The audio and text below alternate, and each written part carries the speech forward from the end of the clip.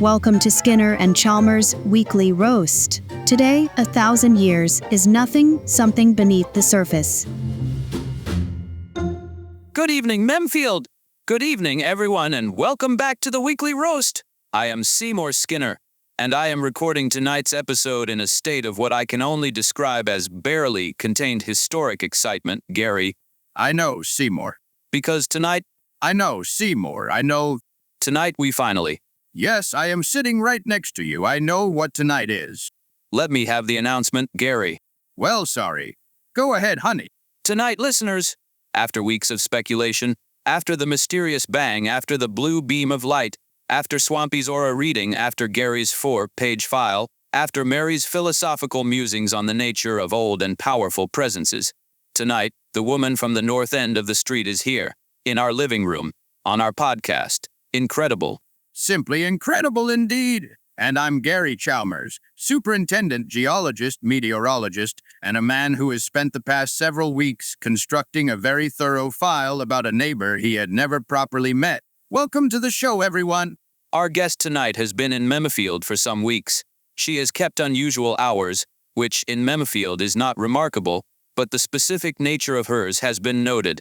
She has been seen briefly in passing, in long dark clothing, moving with the kind of certainty that belongs to someone who has been somewhere much stranger than here and found it manageable. She has, as we will discuss, produced a light beam of considerable scale during what we now understand was a practice duel. And she has agreed, we are very grateful, to join us this evening and finally, properly, say hello. Well, it's a pleasure really. Hello there, everyone that listens to this show. Welcome to the Skinner and Chalmers Weekly Roast, Freerin. We're very glad you're here. Thank you. I heard about this podcast. That's partly why I came to Memfield. Or rather, it was one of several reasons. We can discuss that later. She listened to the podcast, Gary. I heard, Seymour. I can hear you both. You know that, right?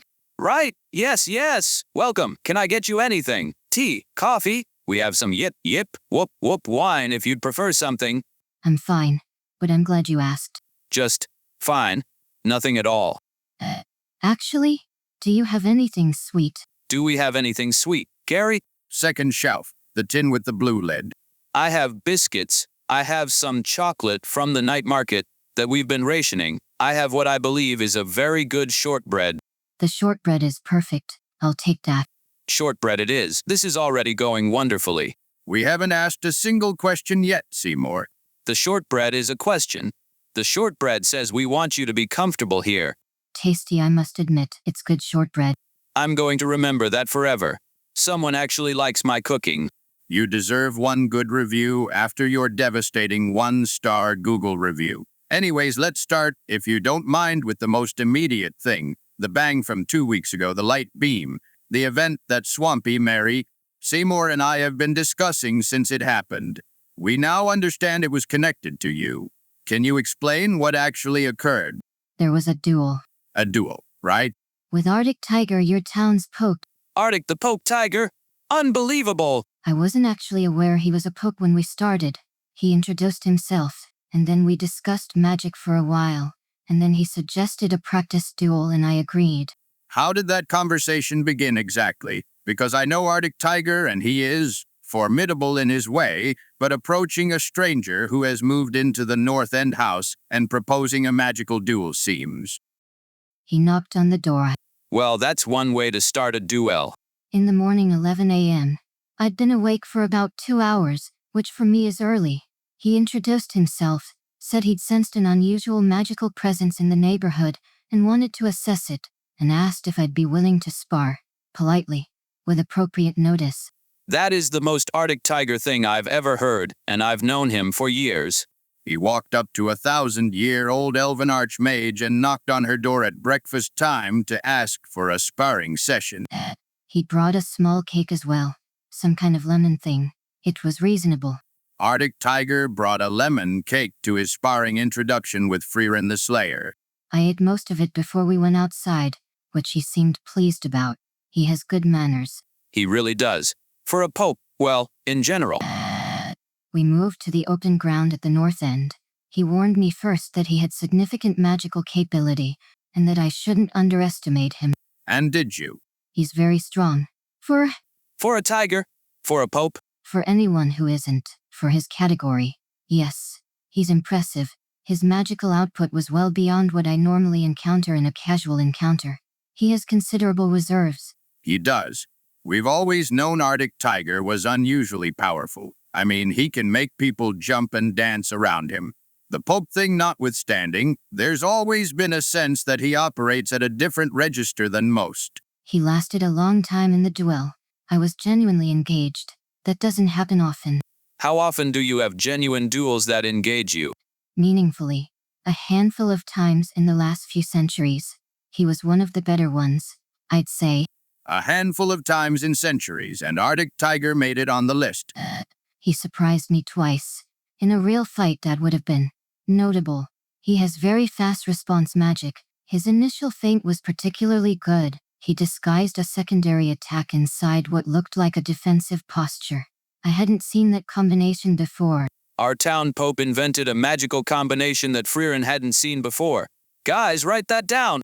I'm going to have to completely recalibrate my assessment of ArticTiger's power tier, and I don't know how to feel about that. He couldn't win, but he pressed hard enough that near the end I used a spell I'd intended as a middle-range attack. It went further than I calibrated for the space. That may have caused a certain beam. When you say it went further, The beam went upward. I redirected it as soon as I registered it was exceeding the intended scope. Something within memfield. Changed the parameters and the beam charged up more than anticipated. That was deliberate. The upward redirect, the magnitude, less so. that was a redirected spell. The blue beam we all witnessed was a corrective redirect of an excess discharge. Yes, you could put it that way. I have been thinking about that beam for 2 weeks now. I had pages of notes about it. I triangulated its probable origin from 3 separate witness accounts with a compass. To be fair, Gary, you use the compass for everything. The compass is a precision instrument, Seymour, and it has many applications. That isn't the point. Your analysis was probably accurate. The point of origin was approximately 30 meters from my front door, where ArticTiger had set up a stabilizing ward on the ground, which partially contained the lateral dispersal. He set up a stabilizing ward. He was careful. He knew he was operating near a residential area. He took precautions before we started that was considerate, responsible. And then he lost anyway at the end. He did lose, and then he bowed afterward, very correctly. He said, "It was an honor to be genuinely tested by someone at that level." And then he picked up his lemon cake tin and walked home. That's one of the best things I've ever heard about ArticTiger. He lost to one of the most powerful mages in history, bowed correctly, retrieved his bakeware, and went home. The Pope has class, Gary. The Pope has tremendous class. The Pope has some good lemon cake, but joking aside, you're lucky to have such a talented, young wizard among you. Well, I have to say, and I want to be on record about this, I am devastated that I missed it. You were in the kitchen. I was in the kitchen doing an experimental marinade, Gary, and meanwhile history was being made 30 meters from my front door. You also didn't know there was going to be a duel. Nobody told you. Nobody really knew anyways. That's what makes it worse. If I'd known, I would have set up chairs. I would have brought refreshments. I would have done a live commentary on Twitch. He would actually have done a commentary. I'm glad he didn't. My commentary would have been wonderful. I can't concentrate properly when there's a lot of noise. It kind of makes me sleepy. Fair enough. That's entirely fair. But next time, There might not be a next time, Seymour Skinner. if there is a next time, Sounds more fitting. well, if there is a next time, I'm gonna manage a crowd it. We could sell some yip, whoop, whoop chocolate as well. I can't always control the scale of certain spells when I'm genuinely pushed. A large crowd would be inadvisable. Completely understood. A small, select audience. Intimate. Just Gary and me and perhaps Swampy. Swampy has very good swamp instincts for when to duck. We are absolutely not scheduling a spectator event around a magical duo, Seymour. But Gary, that would be The beam lit up half the sky. No, Seymour. fair, a little. It was a good duel, though. I quite enjoyed it. See, she agrees it was good, Gary. I heard her, Seymour. Now, the larger question. Why Memfield? You mentioned the podcast, but I'd like to understand the full picture if you're willing to share it. I've been traveling for a long time. That's a given for someone like me. I travel. I collect spells. I study magic in places where unusual things accumulate, places where the fabric is different, thinner sometimes, or denser, or stranger in specific ways that are worth examining. Dimensional convergence points. Yes, exactly that. You know the concept. We've theorized about it in the context of Memfield. It's come up more than once. The number of entities from different realities who've ended up here. The objects that gain consciousness. Our pet skeleton. I know about the skeleton. Bartholomew, is it correct? You know about Bartholomew. I listened to most of the podcast archive before I came. It took approximately 4 evenings. I'm a fast reader and a faster listener. She listened to the archive. She knows about Bartholomew Gary. She said she listened before she came. Seymour. Keep up. The skeleton situation is genuinely unusual. Spontaneous consciousness in non-living matter isn't unheard of. There are documented cases in magical literature going back several thousand years. But the circumstances here are more complex. It's not just Bartholomew. It's the swan as well. The cloud, to some degree. The general sense of the place. Cumulus! She knows about Cumulus! That even surprises me. Cumulus, did you hear that? You're famous amongst mages. I've seen the cloud, yes. It drifted past my window on Tuesday. I noted it. Pit cloud is unusual even by the standards I operate at. What you're describing, the thinner fabric, the accumulated strangeness, is that what brought you here specifically? Or was it more general? Both. I was already in this region. What region? Well, upstate New York. Really? Well, I'm from Utica and... Gary, not now! She wants to tell us a story! Yes, so, I was already in this region of the country. I sensed something from several hundred kilometers away, a quality in the ambient manner, something that didn't belong to any single source. It was more like a convergence. Multiple unusual inputs arriving at a single point, and pulling, building up over time. Multiple unusual inputs, pooling. The podcast gave me the detail, the names, the events, the timeline. I could map what had happened here against what I was sensing, and they aligned almost exactly. So we've been broadcasting the mystery, without knowing it was a mystery. You've been documenting something significant without realizing quite how significant it is. Yes. How significant? I don't know yet. That's the honest answer. I've only been here a few weeks. What I can tell you is that the concentration of mana in this town is unlike anything I've encountered in the last, 200 years perhaps. It's subtle, very well concealed, which is part of what makes it interesting. Something with this much power that remains this quiet is either dormant, or very deliberately contained. And based. You think quickly. For a non-magical person. I'll take it. Gary is very quick. He triangulated your origin point with a compass at 11 o'clock at night in his dressing gown. I watched it happen. Why the dressing gown? I'd been ready for bed and then the bang happened. I see. I prioritize data over pajama appropriateness. That's reasonable. Can I ask, how long have you been doing this? Traveling, I mean. Looking for unusual places and collecting spells and all of it. Over 1,000 years in total, but it's not been continuous. There were periods of less movement. Certain decades where I stayed in one place for a while. What makes you stop in those periods? People, sometimes. When there was someone worth staying near. That happens less easily than it used to. I've learned not to take it for granted. When I was younger, I would stay in a place for 10 years and not notice. Now I notice. That must change things. Noticing. It changes how you spend time, which I suppose is the most important thing it can change. Was there someone? Before this trip?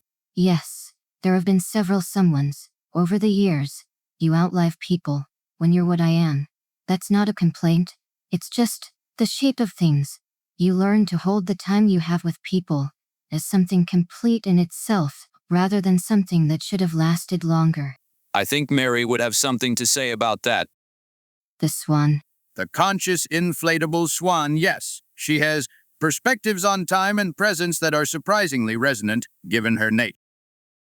I'd be interested to meet her. We can absolutely arrange that. Mary is in the pool. She's always in the pool. She'll be very pleased. She's been curious about you since the bang. She saw the beam from the pool and described it as purposeful, like it knew where it was going. Spells do have a kind of intention, not consciousness, but direction. She perceived it accurately.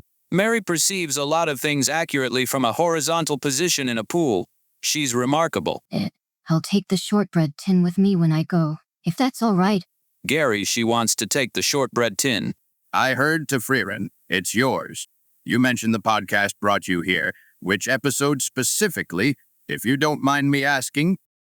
The one about the night market, the swampy episodes, the episode about the bang, which you recorded before you knew it was me. I found that one interesting, hearing your analysis of something I'd caused, from the outside. We had some fairly dramatic theories. Gary had compass notes. Your theories were reasonable given what you had. The animal response preceding the event. Swampy described it correctly. There was a mild precursor field. Most non-magical humans wouldn't detect it at all. The fact that your swamp monster did suggests he has something beyond standard sensory range. We've always known Swampy is more than he seems. He'd describe it as just being a swamp monster, but there's something additional there. He sensed the aura as old. He was right. He said old in a way that doesn't have an age. Old in the way some places are old. He said that. He did? That's more precise than most magical scholars manage. He described it as place old rather than time old. That's a meaningful distinction. I'll tell him. He'll appreciate it. He should. It was accurate. I love Swampy. I love that the most poetically precise description of magical antiquity in Memfield came from a swamp monster in a mud bath. The most perceptive observations often come from people who are very still and pay attention. Swamp life presumably involves a great deal of stillness. She's describing Swampy with respect, and it's making me emotional. Say more. I'm holding it together, Gary. I'm fine. Okay, so to move on, Freerand, you said this is a holiday home in Memfield before we started the recording. A rental. You're not here permanently. No, not permanently. But you're staying for a while? For a while. A while could mean several months, or it could mean longer. I don't experience duration the way you do. A year here for me is... I'm not dismissing it. I'm aware that a year is meaningful to you. I'm simply saying my sense of its passage is different. You said once that a visit could last a human lifetime, from your perspective. Did I say that? You said it when you arrived tonight, sort of. You said, even if a visit from my perspective. I said we could discuss that. And we're discussing it now, yes. It's possible that this visit extends longer than I initially framed it. The Manus situation here warrants continued study. It would be methodologically irresponsible to leave before I've gathered sufficient data. Methodologically irresponsible. She's staying because the mana is interesting. That's the primary reason. We'll take it. The shortbread is also very good. Gary, she mentioned the shortbread again. I heard Seymour. Can I ask about the mana itself? You said it's unusual. You said it's either dormant or deliberately contained. What does that feel like to you from the inside? When you walk around Memfield and sense these things, what is it actually like? Imagine, you're used to a landscape, open fields, hills, rivers. Everything is in a place that makes sense, that follows the rules of the terrain, and then you come to one particular area where the ground sounds different when you walk on it. Not loud, not alarming, but different. There's something beneath it. Something that's been there for a very long time, possibly before the landscape itself was shaped into what it is now. And the surface is perfectly normal, but the depth beneath it is vast. Straighta. What? You're describing it like geology. The surface reads normally, but the depth structure is anomalous. I look at rock formations and read the history in the layers. I've been doing it for decades. And sometimes you encounter a formation where the surface looks like everything around it, and then you check the composition, and it's something completely different that shouldn't be there, as though the rock came from somewhere else entirely and was placed under the normal landscape a very long time ago. That's exactly what it's like. Good. I thought so. The base layer of this town, magically speaking, is not native. It's been introduced, or it arrived, and then the town grew over it. And now the town is what it is partly because of what's underneath it, even though nothing here seems to know that. Something underneath Memifield. That was here before Memfield. I think so. I can't confirm it yet. I'm still reading the surface. How long will reading the surface take? I've been reading some surfaces for 200 years. This one I've been reading for 3 weeks. I have a great deal of patience. Right? That is either very reassuring or slightly terrifying, and I genuinely can't tell which. Probably both. Our friend Swampy. He's been in Memfield since the 1840s. He said the town has always had something. A quality. Have you been able to determine whether whatever you're sensing has been here since before his time? Yes. Long before. What I'm reading in the mana predates any human settlement in this area. By a significant margin. Significant being. I'd rather not guess at specifics until I have more data.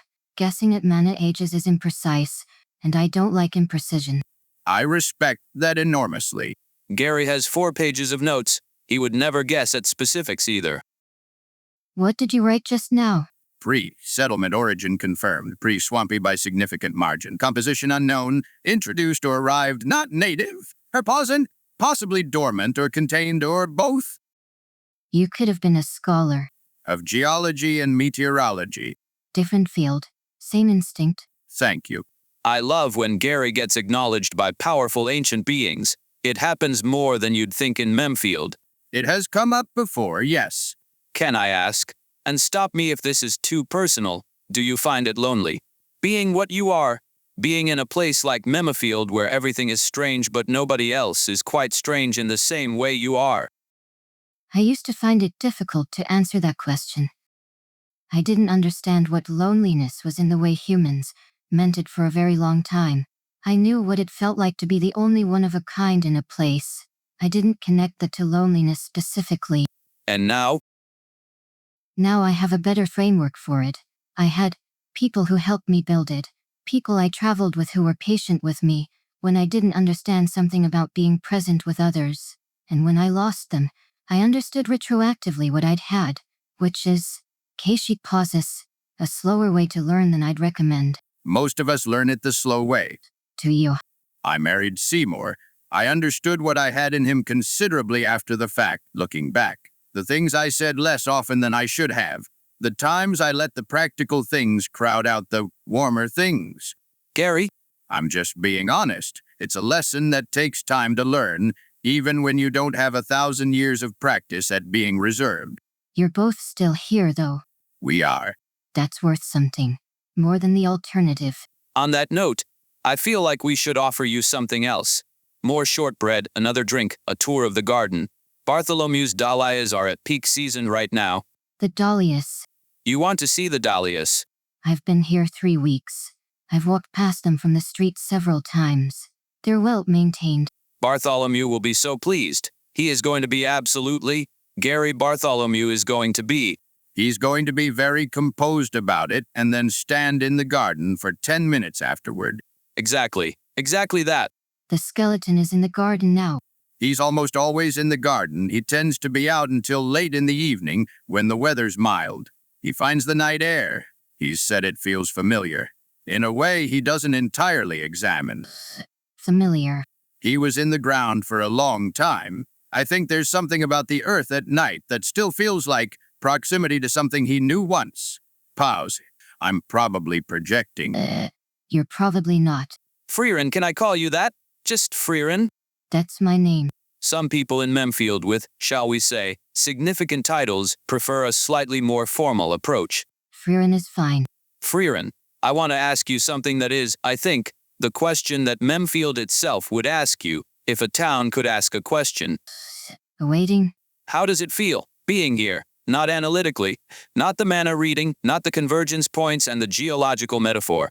Just you, being in this specific strange little place, at this specific strange little podcast table, with 2 people who are extremely ordinary by your standards, and who have a talking skeleton in their garden and 17 Roombas, and a volcanic pet in the back. Interesting. Just interesting. It's an unusual place to feel warm. I've been in extraordinary places. Grand old cities, ancient forests, places where the magic is overwhelming and spectacular. They don't always feel warm. Sometimes they feel significant, or impressive, or old. Warm is different. Warm is harder to achieve than significant. Yes, it seems to require people who mean what they say, which is rarer than it sounds. Well, for what it's worth, and I want to say this properly, we are very glad you came. However long you stay, whatever you find under the surface of this town, we're glad you're here. Thank you. Yes, thank you. Right. Shall we go and introduce you to Bartholomew before it gets any later? He'll want to talk about the Delius, and then he'll have 17 questions about your experience of time, and then he'll try to use some modern slang, and it'll be almost correct. That sounds fine. She said fine. She keeps saying fine. It's her warm. Gary, fine is her warm. I know Seymour. And on that note, Memifield, everyone. I don't know what's under this town. I don't know what Freerin is going to find when she reads all the layers. I don't know what dormant enormous mystery has been sitting quietly beneath the place we live for longer than Swampy can remember. But I do know this, whatever it is, it's ours. And we're going to face it with shortbread, dahlias, and 4 pages of notes. 5 now. I've been writing throughout this episode. 5 pages of notes. Memfield is ready. Memfield might be more ready than it knows. I'm going to be thinking about that for weeks. I'm Gary Chalmers. Good night. I'm Seymour Skinner. This has been the Weekly Roast. Good night, Memfield. We'll see you next week. And to our newest visitor, welcome. Properly, officially, warmly, welcome. Fine.